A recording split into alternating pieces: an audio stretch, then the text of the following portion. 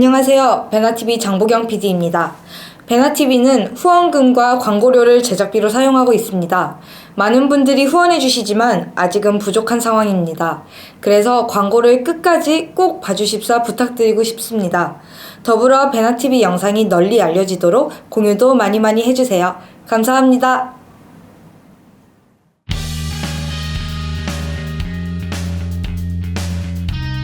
북한으로 보내는 진짜 북한 뉴스 말리마 종합 보도를 시작하겠습니다. 안녕하십니까? 안녕하십니까? 북한 주민들 사이에 전쟁 위기론이 펴지면서 평양의 불안이 고조되고 있습니다. 네, 요즘 평양의 엘리트들, 특히 군부의 고위급 인사들이 어떻게 하면 나만 살아남을 것인가 이런 궁리를 하면서 외화도 준비하고 식량도 준비하고 이런다고 합니다. 이것은 이번에 이제 한미 합동 훈련이 최고 규모 최대 그 정예 훈련인데다가 지금 칼 빈슨호 핵 항공모함이 들어오고 여러 가지 이제 참수 작전을 위한 미군 특수부대까지 들어오고 있습니다. 따라서 이번에 김정은의 목을 진짜 자르느냐 마느냐 이런 논리가 대두되면서 아이고 김정은이 목도 자르는 판에 우리가 살아남을 수 있겠는가 이래서 상당히 그 불안에 떨면서 외화를 모으고 있는데 뭐 원래부터 한 10여 년 전부터 북한의 엘리트들 속에서는 미국에 이민 갈 수 있는 그 맥시멈 그 액수가 이제 30만 달러죠. 이걸 다 모으고 있는데 이번에 특히 이제 군부 인사들이 이번에 전쟁 나면 우린 죽는다. 이런 이제 공포증에 사로잡혀서 도망갈 궁리들을 많이 하고 있다고 합니다. 이 뉴스는 북한의 고위층으로부터 직접 입수가 된 뉴스입니다. 그렇죠. 이 뉴스는 최근에 아주 이 TS 이번 키 리졸브 훈련이 시작되기 직전에 평양에서 나와서 홍콩에 머무르고 있는 북한의 비교적 고위급 인사와 접촉한 사람을 통해서 직접 등문한 뉴스입니다. 북한의 일반 주민들 사이에서는 전쟁이 나는 경우에 상류층만 괴로운 것이지 우리에게는 뭐 괴로울 것이 있겠느냐 이런 얘기가 퍼지고 있고 노동정유대가 오전 4시부터 6시까지 매일 주민을 동원하는 탓에 주민들의 불만이 고조되고 있다고 합니다. 그렇죠. 북한 주민들은 그렇게 이제 노동조기대나 이런 훈련에 동원되는 사람들은 그 자체가 불만이지만 전쟁이나 확 터져라. 이게 이제 북한 군인들, 주민들의 일관된 가치관입니다. 왜냐? 이게 김정은, 김일성 그 70년 독재에 시달리다 보니까 뭐 이 사람들이 무슨 개혁 개방을 하는 것도 아니고 뭐 변화되는 것도 아니고 남북관계 진전도 가로막고 그래서 전쟁이 그냥 확 터져서 망할 놈은 망해라. 북한 정권이 망한다는 걸 북한 주민들도 대체로 이제는 알고 있습니다. 남조선이 힘이 세다. 이걸 알고 있기 때문에 어쨌든 전쟁이 확 터져라는 건 뭐 죽고 사는 건 나중에 문제고 현재의 고통을 끝내는 이 70년 독재를 끝내는 일이 과연 뭐냐. 전쟁이나 나야지 뭐 다른 방법이 없으니까 그런 목소리들을 퉁퉁 내뱉고 있는 것입니다.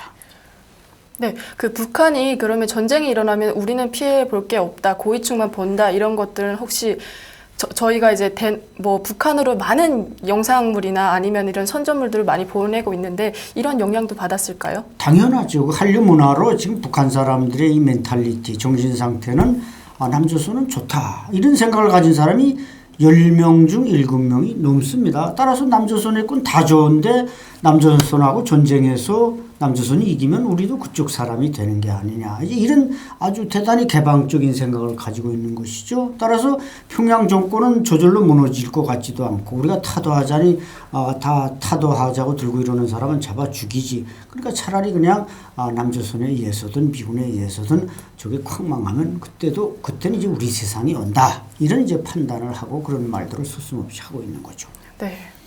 네, 다음 소식입니다. 미국의 최첨단 무기에 대해서 평양이 알레르기 반응을 보이고 있습니다. 네, 김정은이 제일 무서워하는 미국의 폭격기로 알려진 스텔스기가 있잖아요. 네. 근데 최근에 한미 특수부대가 연합 작전을 구상하고 있는데 일명 김정은 참수 작전이라고도 하고 또 지도부 제거 작전이라고 하는데 이 스텔스기에 벙커버스터라는 폭탄을 장착해서 김정은의 운신처를 공격하는 그런 작전을 구상 중에 있다고 합니다. 그렇죠.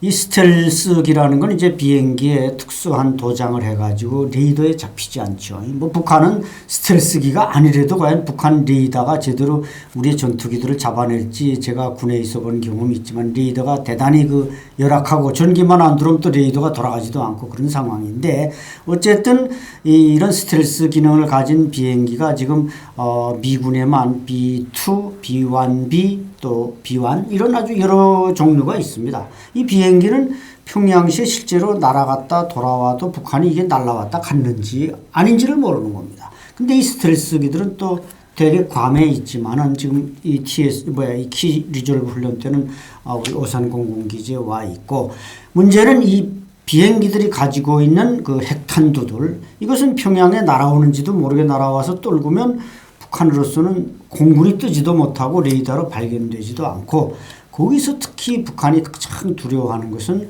바로 벙커 버스터지요. 이자 지적한 이 벙커 버스터는 뭐 지하 60m까지 뚫는다. 물론 그것이 순전히 콘크리트를 의미하는 건 아니죠. 네. 모든 지하 벙커는 흙으로 덮여 있고 그 밑에 이제 콘크리트로 돼 있는데 보통 한 2, 3m짜리를 그 벽 사이를 뚫고 3단계까지 뚫고 내려간다. 그러니까 북한은 지금 뭐 4대 군사로선에서 전군 간부화, 전군 현대화, 전국이 요새화, 전민 무장화. 여기서 이제 전국이 요새화라 그래가지고 사방에 땅굴을 뚫어놓고 있고 특히 김정은이 뭐 잠오산 별장이니 뭐 창성 별장이니 이런 데 다 지하화돼 있고 지하 갱도가 돼 있는데 문제는 그 지하에 들어가 있을 때도 이 벙커버스터가 그걸 위치를 정확히 추적해서 때리면 그걸 뚫고 들어가서 김정은을 죽인다 이거죠. 그렇기 때문에 김정은에게 이 벙커버스터는 이것은 뭐 전혀 막아낼 길이 없는 북한의 능력으로서는 막아낼 길이 없는 이런 무기이기 때문에 김정은이 공포에 떨 수밖에 없습니다. 네. 한미연합사령부는 특수부대가 지하 방공 소탕 훈련을 하는 사진을 공개했습니다. 네, 그렇죠. 바로 그 점도 벙커버스터와 함께 그 참수부대 이게 뭐 네이비 실이라든지 뭐 그 사람들은 이미 빈 라덴을 체포하고 또 이라크의 누구 사담 후세인을 체포하고 그런 걸 다 현장에서 다 활동해 본 사람들입니다. 심지어 여기에는 여성 군인들까지 들어가 있기 때문에 여성들만 있는데 침투하는 또 장점도 가지고 있다. 뭐 이 사람들이 가지고 있는 장비라든지 이 무기라든지 훈련 내용은 뭐 전 세계 전장에서 누구도 당할 수가 없는 그런 탁월한 능력을 가지고 있기 때문에 실제로 아까 벙커버스터를 뚫어서 살해하는 방법 그다음에 이런 네이버 실이 이제 직접 침투해 가지고 지하 갱도에 들어가서 김정은을 체포하는 이런 훈련을 이번에 직접 하는데 이게 이제 우리 대한민국 국군에도 2019년에 지금 창설하려고 했다가 올해 벌써 창설하다 인을 앞당기지 않았습니까? 네. 근데 우리에게도 그런 여단급이 생기고 미군에 이번에 아마 한 개 여단급이 군사비밀이라 공개되진 않았지만 이런 부대가 들어왔기 때문에 미군은 이제 특히 해군에 있는 대북의료라든지 또 육군이라든지 델타포스 그러니까 공군에는 없지만 미군의 해군과 육군에는 이런 특수부대들이 있는데 솔직히 이 사람들이 최첨단 헬기나 이런 걸 타고 북한에 침투해서 김정은을 잡아가도 북한군은 알 길이 없는 겁니다. 워낙 그 최첨단 장비로 무장되어 있기 때문에 이런 것이 이제 북한에게는 상당히 공포적일 수밖에 없죠. 네, 그 최근 북한에서 전해지는 소식인데요. 그러니까 이 소식은 국가정보원 산하에 있는 국가안보전략연구원에서 공개한 겁니다. 뭐 제목은 최근 북한 핵심 권력층 간의 갈등 징후라는 건데 내용은 최룡해, 항병서, 김영철 간의 암투가 벌어지고 있다라고 전했습니다. 네, 이게 이제 황병서가 현재 군서열 1위인 총정치국장이지만 사실 그 자리는 먼저 저기가 최용해가 가지고 있던 자리 아닙니까? 김정은 정권이 출범할 때 최용해가 총정치국장으로서 차수를 달고 갑자기 그 사람은 군복을 입었던 사람이 아닌데 원래 총정치국장 자리는 뭐 노동당 비서하다가 간 사례가 많으니까 이 사람이 총정치국장이 됐는데 이게 그 당시 조직지도부에 있던 황병서가 이렇게 쏠가닥 걸어가지고 최용해를 밀어내고 그 자리에 이제 이 황병서가 들어온 겁니다.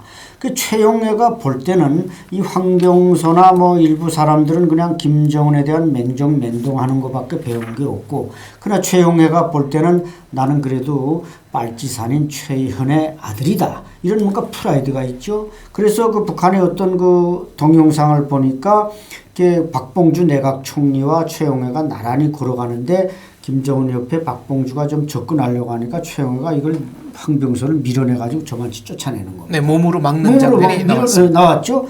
그만큼 총리도 내각 총리도 그 빨치산 2세라고 하는 최용의 그런 텃세 앞에 맥을 못 추는데 지금 황병서가 자기를 내쫓았으니까 항상 내가 어떻게 저놈을 다시 내쫓을 것인가 이런 생각을 하는 거죠. 최용해로서는. 그렇기 때문에 둘 사이에는 암투가 벌어질 수밖에 없고 그게 이제 김용철 통일전선부장 지금 대남 담당 부위원장입니다만 이 사람도 사실상 최근에 거의 두각을 나타내지 못하고 있는데 이게 아마 황병서나 다른 권력 투쟁의 하나의 부산물일 가능성이 높단 말이죠. 그래서 현재 김정은의 오른팔은 황병서다, 왼팔은 최용해다 하지만 직책상으로 볼 때는 아무래도 군설 1위인 황병서가 최용해보다 더 높은 권한을 누리고 있기 때문에 최용해로서는 항상 그 권투중래 내가 어떻게 저 자를 다시 내쫓고 내가 총정지국장 자리에 갈 것인가 이런 야망을 가질 것이고 특히 또 김원홍이 이제 최근에 해임이 돼서 대장에서 소장으로 별이 3개나 날아갔는데 아마 김영철이나 이런 사람들이 그 국가 보위상 김원홍이가 쫓겨난 그 자리에 이제 누가 가느냐. 이게 또 지금 북한 엘리트들로서는 상당히 관심이 높을 겁니다. 그게 우리 국정원장과 같은 자리이기 때문에 그게 별이 2개든 3개든 그 자리에 가면 또 다른 사람들 다 감시하고 도청하고 이런 일을 하기 때문에 그 빈자리를 놓고도 아마 치열한 권력투쟁이 벌어지고 있으니까 현재 평양은 하나의 그 권력투쟁이 전성기다. 이렇게 봐도 될 것 같습니다. 최용해가 김정은에게 올린 비밀 보고서의 내용이 일부 유출이 됐습니다. 김원홍과 황병서가 나름대로 독자 세력을 구축해서 군부 쿠데타와 군사 반란을 기도할 수 있다. 이런 내용이었습니다. 그렇죠. 이게 이제 북한군이라는 게 당, 정군, 지휘관과 또 당 책임자, 보위송 이렇게 3선 체계로 돼 있어서 서로 견제하게 돼 있지만 그럼에도 불구하고 이제 인민무력상이나 총참모장은 쿠데타를 못해도 총정치국장은 할 수 있다. 그게 이제 황병서가 할 수 있다 그런 얘기인데 왜냐하면 이 사람은 인사권을 쥐고 있기 때문에 사단장, 군단장들을 움직이는 데서 인사권을 무기로 해서 결집해서 쿠데타를 할 수 있다. 이런 소리 지금 평양에 파다한데 바로 그런 점 때문에 최용해가 더욱더 총정치국장 자리를 노리고 있고 그래서 아마 그런 보고를 올려서 황병서를 밀어내고 자기가 다시 그 총정치국장 자리에 가려고 그렇게 했을 가능성이 대단히 높습니다. 네, 그 지난해 차에 김원홍 해임 이유에 대해서 단독으로 또 보도를 했었잖아요, 저희가. 근데 김원홍이 또 그 해임되기 전에 김영철의 불륜설까지 김정은에게 고발하면서 김정은의 어떤 관심을 받으려고 노력을 했다고 하는데 혹시 내막 아십니까? 네, 김영철의 그 불륜이 간호사. 거기서는 이제 중장부터 간호사가 붙는데 중장이면 중위가 붙고 상장이면 별이 3개니까 상위가 붙고 대장이면 간호장교가 이제 대위가 붙는 거죠. 그 김영철이가 아마 한 1, 2년 전에 그 대위, 자기 담당 간호사. 왜냐하면 북한의 고위층들은 주사를 많이 맞습니다. 우리처럼 골프를 한다든지 운동을 못 하니까 산삼주사, 녹용주사, 인삼주사, 뭐이던가요? 우리나라 민계루, 수액주사, 마늘주사, 페라빌 주사가 다 있는데 그 주사가 상당히 효과가 있습니다. 저는 그 북한에 있을 때 이제 병사지만 한번 맞아본 적이 있는 게 정전위원회 간부아들이 가져와서 맞아봤는데 효과가 있다 이렇게 설명하는데 이 사람이 이제 그 간호사와 아마 불륜을 해서 그 임신까지 했던 모양입니다. 근데 그 정도면 사실은 그 눈 감아주는 게 북한의 관례입니다. 몇몇 사람에 한해서는. 근데 그걸 이제 김원호이가 보고서를 해서 리포트 하다 보니까 김정은이가 잡아야 되느냐 말아야 되느냐 이제 고민하는 과정에 김양곤이가 교통사고로 사망하고 그 자리에 이제 김영철이가 가는 바람에 결국 뒷덜미를 잡히지 않았지만 바로 이런 점들이 이제 아주 그 핏방울 튀는 권력투쟁이죠. 거기서는 순환보직 정년 이게 없다 보니까 누구든 하나 잡아야 거기에 자리가 나서 내가 갈 수도 있고 또 자기 계열 사람을 올릴 수도 있기 때문에 그래서 북한의 권력투쟁은 상당히 더 치열한 것입니다. 네. 다음 소식입니다. 김정은이 북한 군을 업어주는 사진 그리고 배에 횟가루를 잔뜩 묻힌 사진이 북한 주민들 사이에서 화제가 되고 있다고 합니다. 네, 이게 엊그제 그 북한이 지상 이제 로켓 실험을 하고 엔진 실험을 해서 그걸 성공했다 그러죠. 이것은 상당히 ICBM을 미국까지 날려보낼 수 있는 지금 첨단 엔진으로 우리 정보 당국이 분석하고 있는데 그걸 성공하자마자 김정은이가 거기서 이제 그 소좌, 북한군 소좌, 아마 진짜 소좌인지 군수공업부 산하의 어떤 기술자인지 위장 군복을 입고 나왔을 수 있는데 그 사람을 등에 업고 기뻐하는 모습을 북한의 조선중앙 텔레비전을 통해서 공개했습니다. 이것은 역사상 이때까지 김일성, 김정일 70년 통치가 이어왔지만 뭐 누구를 안아주고 뭐 악수하고 뭐 키스까지 하는 건 있었지만은 이게 자기 부하를 등에 업고 말하자면 난리피는 건 처음이란 말이죠. 그러니까 이게 군대 역사상 제가 그걸 보고 느낀 게 이 지구상에 군대가 생기고 계급장이라는 게 있는 거 아닙니까? 우리가 뭐 흔히 뭐 계급장 띄고 한다고 뭐 하지만 계급장 띄기가 그렇게 쉬운 게 아닌데 김정은이 지금 가지고 있는 계급은 원수 아닙니까? 근데 거기서 이제 소좌면 우리 소령급이니까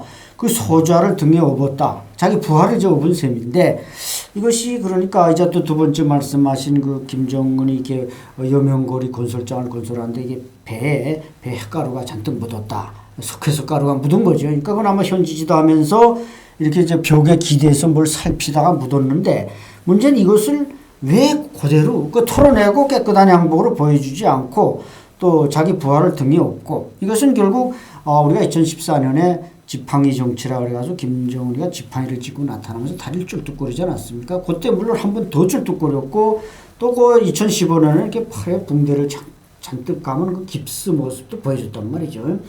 요것이 결국 그 업어주고 햇가루 먹고 쫄룩거리고 붕대한 게 제가 볼 때는 김여정식 프로파간다의 어떤 독특한 패러다임이 아닌가. 즉 이 김정은은 인민의 지도자로서 다리가 절룩거려도 현지지도하고 팔목이 부러져도 돌아다니고 또 햇가루가 묻을 정도로 헌신적이고 또 밑에 사람을 사랑하는 뭐 애민 정치 이런 다분히 의도된 프로파간다를 연출하는데 이게 아마 김여정의 아이디어는 아닌가 그런 생각을 합니다.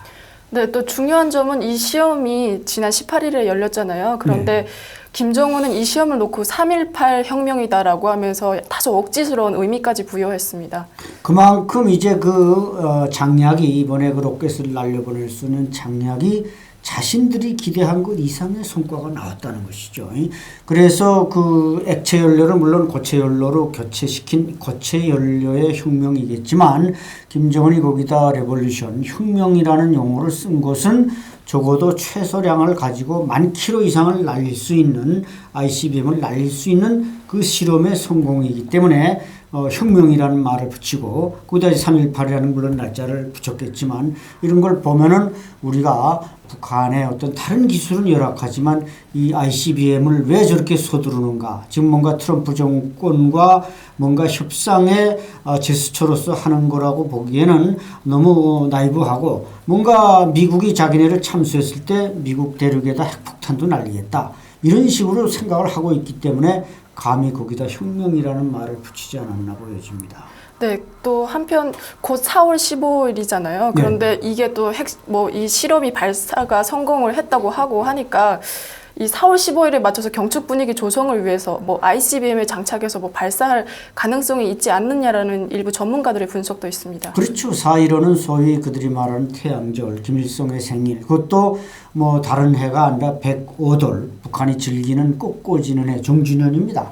거기다 또 열흘 후에는 이제 4월 25일 북한군 창설 85주년. 이게 있으니까 북한은 뭐 그런 걸 할 때는 꼭 그 계기를 마련하는 거죠. 계기 없이 또 무의미하게 쏘지는 않기 때문에 이번에 트럼프 국무장관이 틀렸으니 이제 한국도 갔다 가고 베이징도 거쳐갔지만 아무런 성과도 못 거두고 돌아갔습니다. 이런 것은 중국이 설득이 잘 안 되고 또 중국으로서는 북한이 지금 ICBM 발사나 6차 핵실험에 대해서 사실 말로는 안 했으면 하지만 내심으로는 미국을 견제하는데 너들이 참 귀여운 재롱 부리고 있구나 이렇게 생각하지 않나 하는 의구심을 우리한테 주고 있지 않습니까? 따라서 북한이 이번에 그 혁명이라고까지 부른 그 말하자면 장약 실험, 로켓 발사 장약 실험이 어느 정도인지 북한이 곧 이 실제 연출된 것이 아니라 실제 행동으로서 보여줄 가능성은 거의 눈앞에 다가왔다고 할 수 있습니다.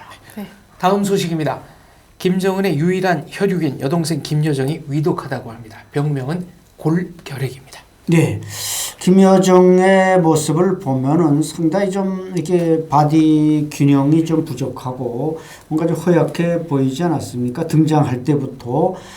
그런데 그 집안의 그 말하자면 내력을 보면 김종철 맏아들도 무슨 호르몬 과다 분비증에 의해서 후계자 반열에서 밀려났고, 또 김정은은 어찌다 후계자는 됐지만 지금 뭐 완전히 과다 체중 100kg가 넘는 130kg가 넘는 그런 어떻게 보면 또 그 밑에 김여정도 너무 날씬한데 이게 단순히 날씬한 게 아니라 전혀 균형 잡히지 않은 몸매를 보여주고 있습니다. 그가 아마 골수암인 이런 골수결핵에 걸렸다면은 제가 볼 때는 또 임신을 뭐 결혼설이 있었으니까 임신을 하면 또 여성들이 상당히 그 여러 가지로 영양소를 빼앗기기 때문에 좀 타격을 받으니까 그 과정에서 아마 골수결핵에 걸렸을 가능성이 높다. 이렇게 볼 때 이 설은 설이 아니고 실제일 가능성이 높은데 그것은 또 최근에 이제 김여정이가 거의 공식 석상에 등장하지는 않습니다. 이것은 그 전에 뭐 2012년에 보면 그 능라 유원지를 김정은이 현지지도 하는데 뭐 뒤에 꽃밭이고 뭐 펄펄 날아다니던 그 여자가 최근에 이렇게 모습을 드러내지 않는다. 이것은 아주 건강과 밀접하게 연관돼 볼 때 어느 정도 신뢰를 가지고 좀 조사해봐야 될 문제라고 봅니다. 서방 정보기관에 의하면 김여정은 2016년 6월 최고인민회의 제13기 제4차 회의 후 공식 석상의 모습을 드러내지 않고 있다고 합니다. 그 한 달 전인 2016년 5월 노동장 7차 대회 축하 평양시 10만 군중대회 때 광대뼈가 붉어진 병색이 완연한 모습으로 나타난 적은 있습니다. 그렇죠. 그때 이제 김정은에게 주어지는 꽃다발도 제가 냉큼 띄어놔서 받았고, 아마 그 7차 당대회는 어떻게 보면 북한이 개최할 형편이 못 되는데도 불구하고 개최한 겁니다. 우리가 뭐 한 가정적으로 봐도 뭐 요즘 뭐 우리 대한민국은 환갑잔치도 잘 안 하지만 뭐 북한과 같은 경우는 이제 환갑을 할 형편이 경제적인 형편이 못 되는데도 했다가 그냥 쫄딱 망하는 경우가 상당히 북한에서는 비일비재한데, 결국 북한이라는 한 체제가 7차 당대회를 한다는 것은 도저히 경제, 정치, 뭐 외교적으로 이게 여건이 안 되는 겁니다. 근데도 그렇게 좀 뭔가 하려고 허풍을 떨었으니까 그 준비를 총괄한 김여정으로서는 상당히 정신적으로 또 체력적으로 타격을 받았을 것이고, 그때 아마 그 골수결핵에 걸렸을 가능성이 대단히 높다. 왜냐하면 그 이후 이제 말씀하신 대로 6월 달에 최고인민회의에 한번 등장하고는 지금껏 등장하지 못했다는 것은 그만큼 7차 당대회가 북한 체제와 또 그 준비의 총괄자인 김여정에게 심대한 타격을 줬다는 반증으로도 될 수 있습니다. 네, 그 다음 소식입니다. 그 틸러스 미 국무부 장관이 그 인터뷰에서 일본은 가장 중요한 동맹국이라고 하고 한국은 하나의 중요한 파트너라고 언급을 했는데, 이를 놓고 한미 동맹의 미래는 불확실하다는 그런 분석을 내놓고 있습니다. 박사님 어떻게 보십니까? 네, 뭐 용어 자체는 그야말로 동맹자이고 파트너라는 것은 약간의 전략적 모호성이 들어있죠. 과거 얼마 전에 이제 매티시 국방장관이 와서 한 발언은 상당히 대한민국의 친밀성과 우호적인 태도를 보였는데, 이 외교의 총책인 국무장관 틸리슨의 발은 조금 애매모호합니다. 이것은 뭔가 우리가 좀 뭐 과대 해석할 필요는 없지만 앞으로 무슨 주한 미군의 분담비라든지 체제 분담비라든지 이것을 외교적으로 우회적으로 표현하는 것은 아닌가 해서 걱정이 있습니다만은, 뭐 아무래도 이 주한 미군 문제나 이런 건 국무장관보다는 국방장관이 더 전유 사항이고 또 트럼프의 결심에 따른 것이겠습니다만은, 이것을 너무 뭐 아직은 확대 해석하는 것은 좀 이른 것 같고, 뭐 국방장관의 발언과 국무장관의 발언이 다 각각 다르다고 해서 미국의 대한반도 전략, 한반도의 전략적 가치가 점점 올라가면 올라가지 떨어지질 않습니다. 왜냐? 김정은 정권이 계속 ICBM 발사니 6차 핵실험이니 도발적인 행동을 멈추지 않고 있고, 중국이 여기에 대해서 북한을 활용하려는 의지가 높은 한 또 미국도 역시 동북아에서 한반도의 지정학적 전략적 요충지로서의 가치를 무시하는 것은 미국의 국가 이익에 부합되지 않기 때문에 우리가 그 국무장관의 발언을 조금 확대 해석하기에는 아직 이른 시점이다. 좀 더 두고 보면서 해석해도 늦지 않을 것이다. 이렇게 생각합니다. 네, 그 발언을 확대 해석할 필요는 없다고 말씀하셨는데 그럼 박사님은 앞으로 한미 동맹의 미래를 어떻게 보십니까? 한미 동맹의 미래는 이제 말씀드린 대로 이 한미일의 안보 협력 관계는 절대로 흔들리지 않을 것입니다. 왜냐? 북한이라는 도발적인 군사 집단이 존재하기 때문이죠. 만약에 북한이라는 존재가 없다면 미군이 한반도에 주둔할 필요도 없고 사드가 들어올 필요도 없고 따라서 이번에 중국의 그 왕이 외교부장이 미국 국무장관에 대한 태도에서 보듯이 그들은 무슨 육자회담 얘기를 꺼내고 있습니다. 이게 뭐 지금 뭐 국공합작 얘기하던 시대도 아니고 어떻게 육자회담 얘기를 꺼냅니까? 육자회담은 북한이 핵무기를 가지기 전에 그걸 못 가지게 하기 위해서 시작된 게 육자회담인데 이제 북한이 핵무기를 다 가졌는데 지금 와서도 육자회담을 하자는 건 어떻게 하면 그 핵무기를 그냥 눈 감아주자는 그 방안을 논의하는 것밖에 말이 안 되는 것이죠. 따라서 트럼프 정권이 뭐 선거 공약에서는 여러 가지 우리 대한민국에 좀 불리한 말들을 많이 했지만 또 그 이후에 집권 이후의 태도는 우리 안보적 가치를 존중하고 있기 때문에 결코 미국의 대한반도 전략에는 큰 변화는 없을 것이다. 그렇게 저는 예측합니다. 네. 김씨 왕조의 붕괴가 머지 않았음을 느낍니다. 지금까지 북한으로 보내는 진짜 북한 뉴스 말리마 종합보도였습니다. 저희는 다음 주 이 시간에 다시 찾아뵙겠습니다. 감사합니다. 베나TV는 정부기관 및 관련 단체의 후원을 받지 않습니다. 후원금을 받게 될 경우 출연 요청, 주제 선정 등 청탁을 할 수 있기 때문입니다. 그래서 베나TV는 정부기관 및 관련 단체의 후원을 받지 않습니다. 베나TV가 지속적으로 프로그램을 만들 수 있도록 시청자 여러분께 부탁 말씀 올립니다. 시청자 한 분이 한 달에 1,000원씩 후원해 주시는 111 캠페인 많이 도와주시기 바랍니다. 그리고 후원해 주시는 여러분들 감사합니다.